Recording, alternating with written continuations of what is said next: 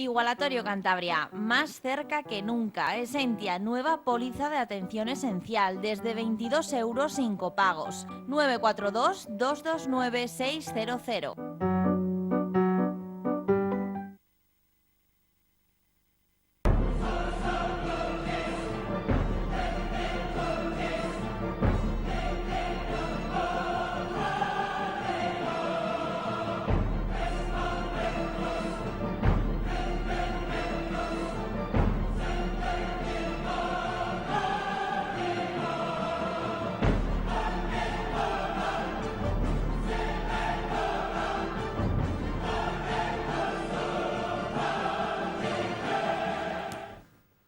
Un saludo, bienvenidos a una edición más de Pulso Empresarial, aquí en su televisión regional, en Popular Televisión. Estamos con nuestro experto en mercados, nuestro contertulio habitual, don Aurelio Sastre. Un saludo. Un saludo y muy buenas tardes. Bueno, pues esta semana ha sido noticia permanente el llamado Acuerdo Fiscal para el País Vasco, conocido como el cupo vasco.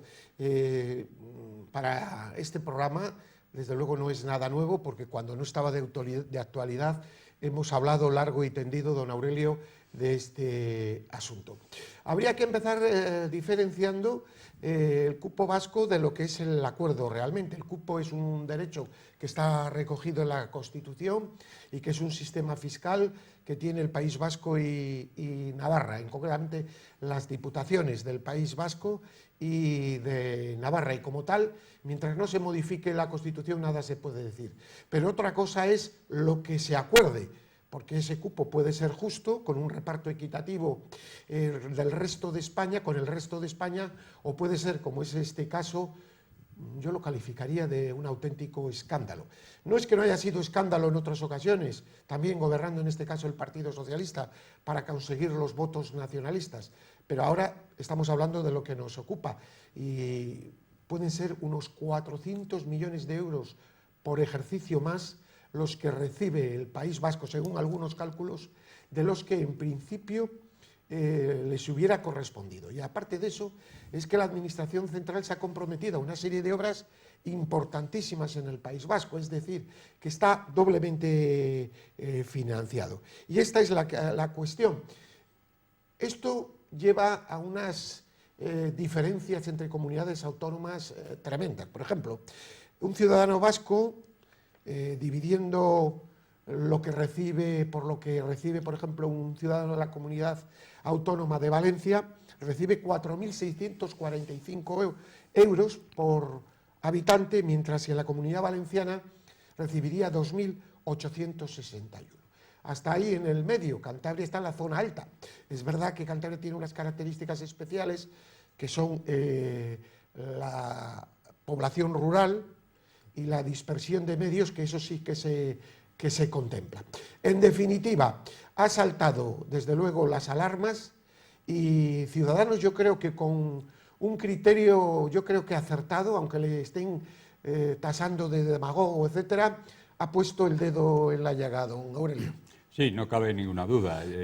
Hoy puede decirse que las autonomías, prácticamente todas, a excepción de las que reciben estos beneficios, como puede ser el País Vasco, como puede ser también Navarra, el resto están en pie de guerra porque ven una discriminación prácticamente inasumible, una discriminación injusta y que solo está justificada por la necesidad que el Partido Popular tiene de aprobar los presupuestos, que se ha puesto de manera incondicional en manos del PNV, en manos totalmente del PNV. Lo cierto es que los beneficios que van a sacar son tremendos. Usted habla de 400 millones, pero según los expertos, y estamos hablando de un experto, de un economista, Ángel de la Fuente, que es el director de la Fundación FEDEA, este hombre está hablando de que va a andar por ejercicio por el orden de casi los 2.000 millones, 1.800 millones lo que va a recibir. Es decir, en torno a los 400 por año. Más, sí, la cifra es mayor porque han aumentado los ingresos que se le dan de manera notable, o sea, el dinero que se le va a aportar al País Vasco es muy superior y en cambio ellos van a pagar considerablemente menos. Lo han negociado pues presionando de esta manera. De manera que la discriminación es tremenda, las cifras son importantísimas y, lógicamente, ese dinero que se va a dar de más al País Vasco hay que recortárselo de alguna manera al resto de las autonomías que menos fuerza tienen, como es el caso de Cantabria. Hay que tener en cuenta que había un litigio, había desacuerdos y estaban negociando desde años. Entre el año 2007 y el ejercicio de este año, el País Vasco reclamaba unas cantidades, el Gobierno central decía otro. Total, de ese litigio ya, aparte de eso, va a recuperar 1.400 millones de euros. Es decir, como se decía, el chón gordo ulta en el rabo, ¿no? Claro, decía claro, el tema.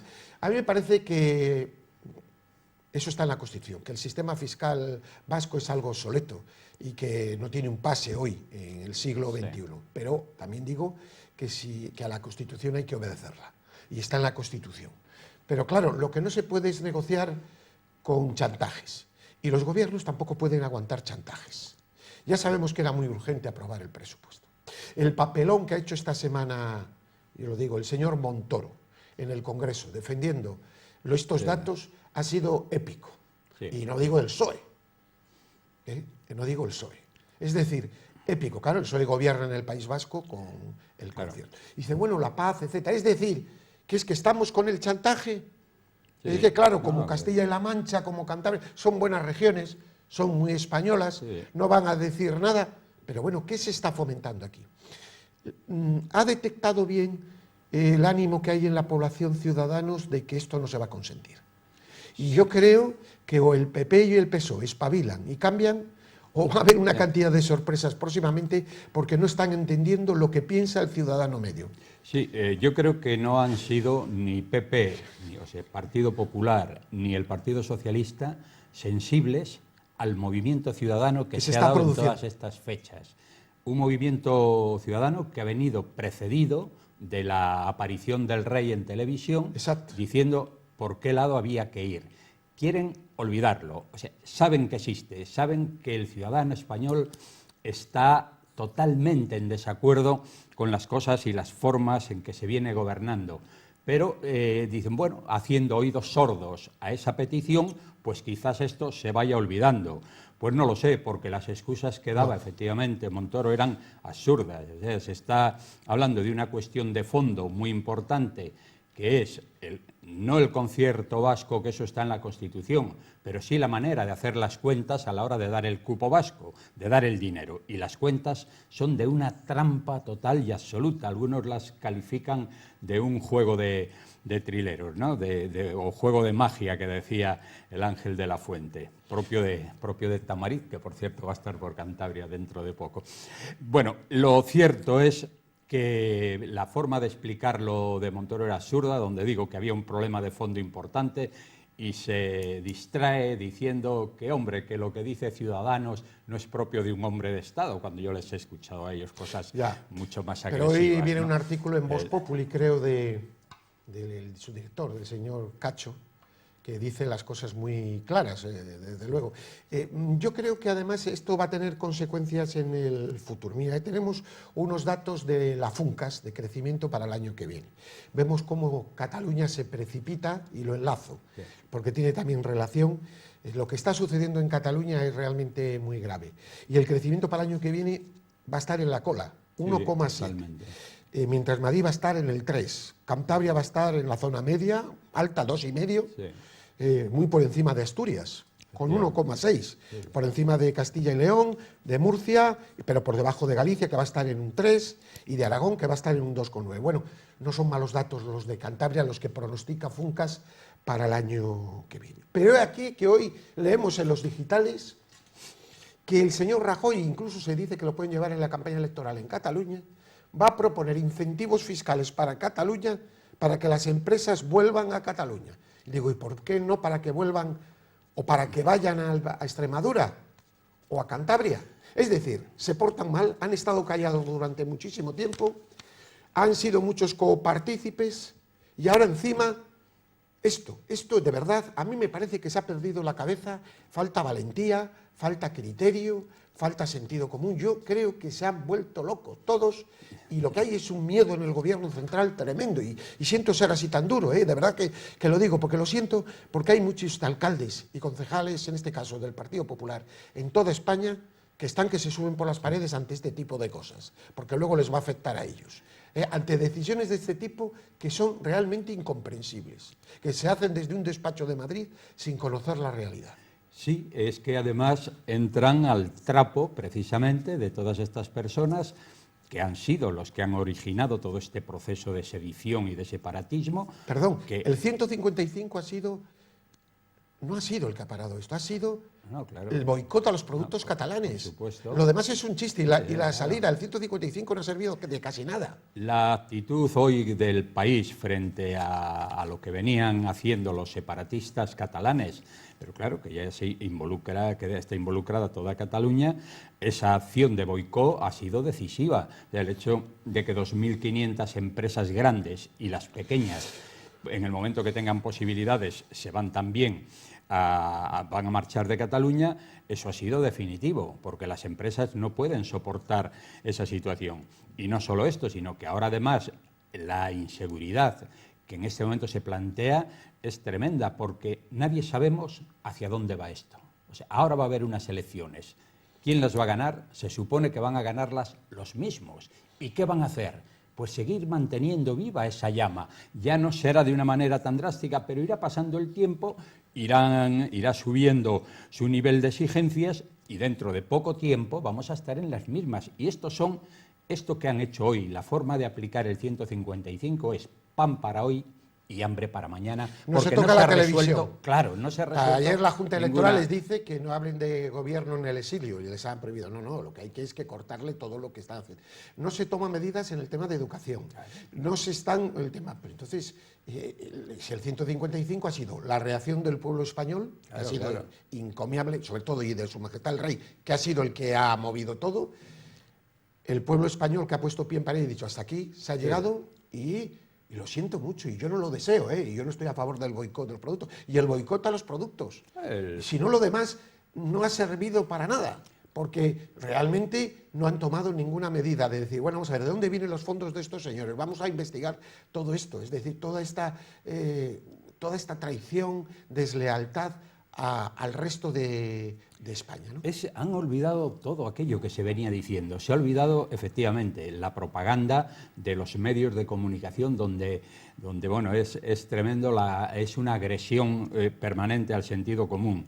El adoctrinamiento, que eso es fundamental, digamos, de esto se ha venido hablando, lo tenía en su mano el gobierno para poder hacerlo, ya lo tuvo primero Rajoy, pero ahora es una auténtica necesidad, pues porque hay que seguir los criterios que se siguen en todo el mundo, digamos, desarrollado, y es que la educación tiene que estar en manos del Estado central, no puede haber distintos tipos. Es que hay un 20% que quiere la recentralización en España, que ese es el proceso que se ha abierto. Ahora ya se habla de abrir la Constitución, pero algunos empiezan a asustar porque dice aquí, una parte del pueblo pide recentralización de muchos servicios. Estamos hablando de un 20%, pero luego hay un 30% que quiere que no se mueva nada. Luego estamos hablando de un 50%. Claro. Incluso más.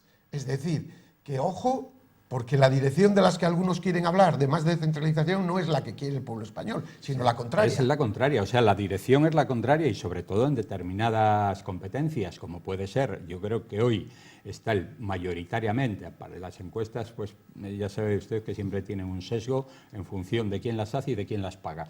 Pero lo cierto es que hoy hay una gran mayoría que dice que la sanidad debería estar centralizada y la educación también.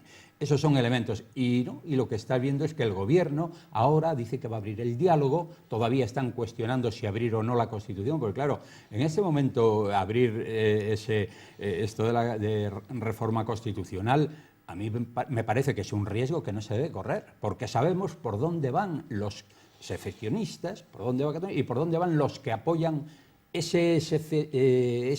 independencia ahí larvada, que también ahí está el Partido Socialista Catalán.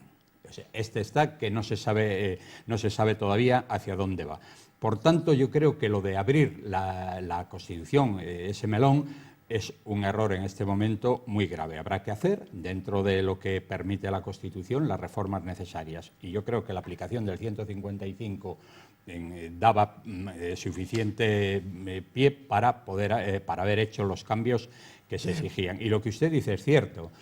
Esto lo ha movido el pueblo español, que se ve que en momentos claves está mucho más comprometido con la nación, con el país, con el españolismo, que lo que muchos venían diciendo, ¿no? Bueno, retomamos, que nos hemos desviado un poquito a un tema muy positivo, y ahí parece que el Gobierno ha reaccionado y nos alegra, y parece que lo está estudiando, y creo que es una magnífica noticia. El Partido Popular está estudiando suprimir el índice de regularización de las pensiones, según recoge el Confidencial, esa subida mínima, y adaptarla al IPC. Se está estudiando. Lo que pasa es que también se quiere con ello, y también lo habíamos pedido, igual hay que financiar mediante impuestos las pensiones. Pues igual hay que hacerlo. A mí no me gustan los impuestos, pero ya se baraja, y yo creo que ninguna cuestión es más noble que pagar bien a los pensionistas. Luego, si hay que pagar las pensiones, una parte de ellas, mediante impuestos, pues adelante, y yo creo que esta iniciativa, que parece que ahora el PP está dispuesto a tomar, hay que apoyarla porque es muy positiva. Mire, el hecho de que se quiera poner un impuesto finalista para algo como es las pensiones, a mí me parece que no es lo correcto. A mí me parece que no es correcto. El Gobierno tiene unos gastos, y uno de esos gastos son las pensiones. El Gobierno debe poner impuestos suficientes para poder atender todos los gastos que un país tiene. Pero no tiene que decir un impuesto para los pensionistas. ¿Y por qué no un impuesto para pagar a los diputados? Por Dios, los diputados... Bueno, ahí estamos de acuerdo en el concepto. Los diputados no pueden decir... Estamos en el concepto, en el fondo. Pero sí, no, mantendrá usted que es necesario que no si hay, había impuestos, el Estado tiene que aportar a las pensiones. Hombre, claro que de tiene que algún dar. sitio hay que sacarlo. Es que a eso voy. Las pensiones es un gasto del Estado. Por tanto, puede haber partidas, pues se dice las cotizaciones de la Seguridad Social, puede haber lo que usted quiera, pero las pensiones tienen que ser pagadas con los presupuestos del Estado. Y no hay por qué decir que los viejos van a costar mucho más al Estado. Fíjese, vamos a ver, habrá que hacer la eutanasia pronto, porque mire usted qué impuesto, a lo mejor nos quitan ese impuesto. Yo creo que no hay que poner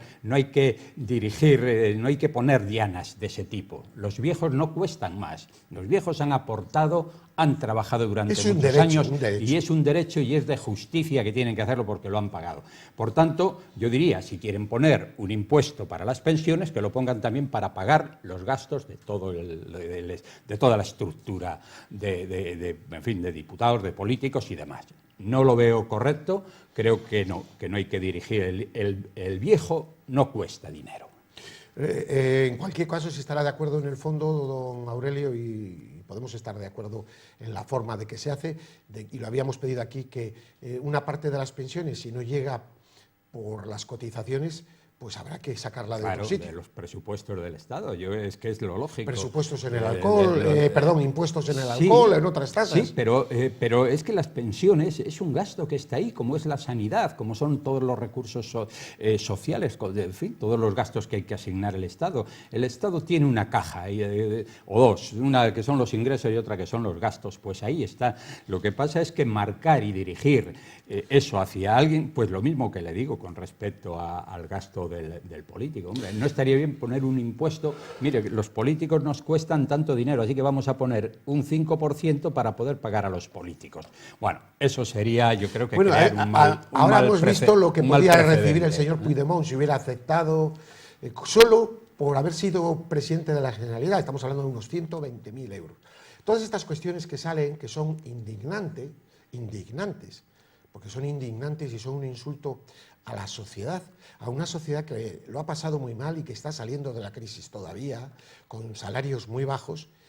Todo este tipo de cosas vemos que los grandes partidos no ponen pie en pared, y aquel partido que desde la coherencia y sin de la demagogia, porque tampoco estoy a favor de la demagogia, es muy fácil hacer demagogia, pongan y digan, estoy dispuesto a dejar aquí incluso la credibilidad del propio partido en una modificación de estructuras en este país, en esta dirección de la sensatez, ese va a tener mucha credibilidad. Pero no dejarse ir por el carril de lo mismo, que es lo que parece que los dos grandes partidos, y esto es triste, que son los que tienen el motor, para poder cambiar muchas cosas, están. Es decir, que no nos toquen este status quo, que no nos toquen. Y no quiero decir que Ciudadanos no haga demagogia, que a veces la hace. Ciudadanos también hace la demagogia. También hace la demagogia.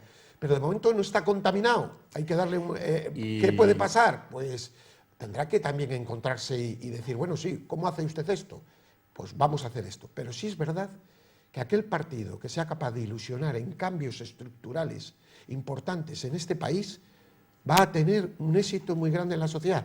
Y me queda perplejo que el PSOE y el PP no lo detecten. Sí, es muy curioso y además da la impresión lo que usted dice, que es de una torpeza tremenda, porque se ve claramente los momentos en que los partidos han estado en la indefinición. También hubo un momento en que Ciudadanos lo estuvo, pero supo ver por dónde iban las cosas y hoy se ha decantado pues, por la lógica y ha sido valiente, porque ha presentado como único partido prácticamente el tema que era tabú del cupo vasco. O sea, ha sido quien ha dicho que eso es una injusticia. En ese terreno ha ido en la dirección también muy clara que iba UPyD, que siempre estuvo marcando esto. Creo que hoy Ciudadanos va en la dirección correcta, va en dirección totalmente contraria, yo creo, forzando mucho las cosas, el Partido Socialista, y se les está viendo totalmente el plumero. El Partido Socialista quiere sacar unos votos en el País Vasco,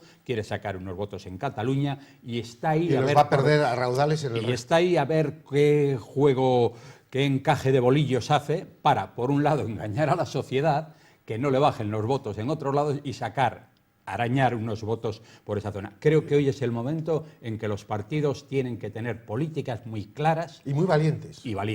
Y Ciudadanos no quieren arriesgar los grandes partidos, PP no quiere arriesgar, está ahí defiende, vemos personas que dicen cosas claras, pero enseguida les tapan y eso es un problema. La indefinición no son tiempos, diríamos, y acabamos así, para la indefinición.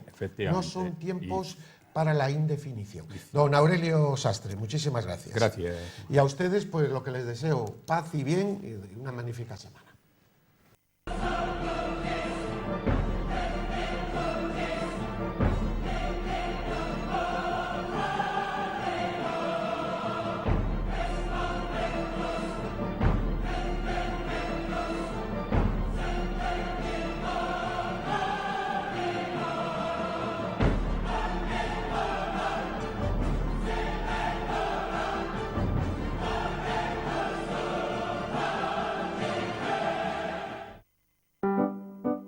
Igualatorio Cantabria, más cerca que nunca. Esentia, nueva póliza de atención esencial, desde 22 € sin copagos. 942 229 600.